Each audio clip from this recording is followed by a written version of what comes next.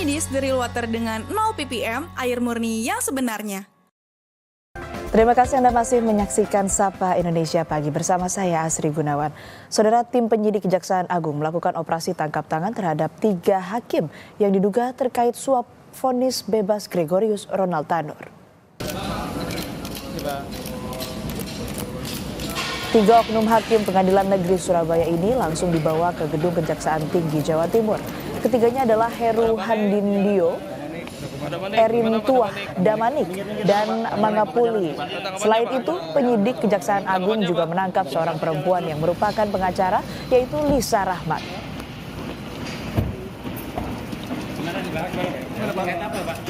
Di mana dilakukan pengamanan terhadap 3 orang yang diduga menerima suap gratifikasi terkait perkara yang kaitan dengan penanganan perkara atas nama Ronald Tanur.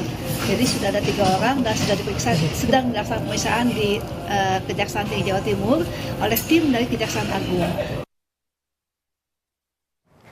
Dari hasil pemeriksaan yang dilakukan, penyidik Jampitsus Kejaksaan Agung menemukan terjadi dugaan tindakan suap pasca vonis bebas pada terdakwa pembunuh Dini Sera Afrianti, Ronald Tanur.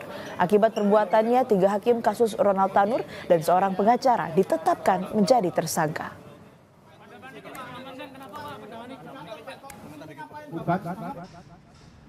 Adanya indikasi yang kuat bahwa pembebasan atas terdakwa Ronald Tanur tersebut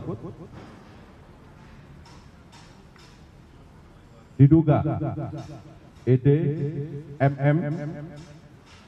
ED, AH, dan M menerima suap dan atau gratifikasi dari pengacara LS.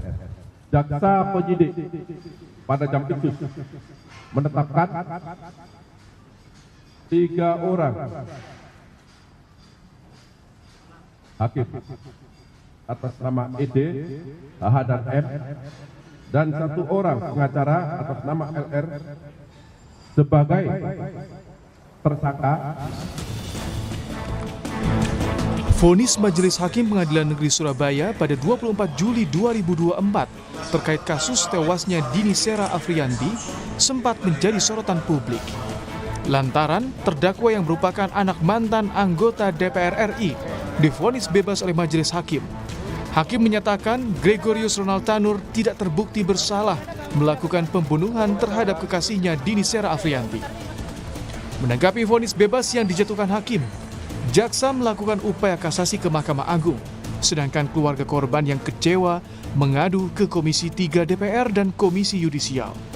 Dari hasil investigasi, KY menemukan jika ketiga majelis hakim melanggar kode etik hakim.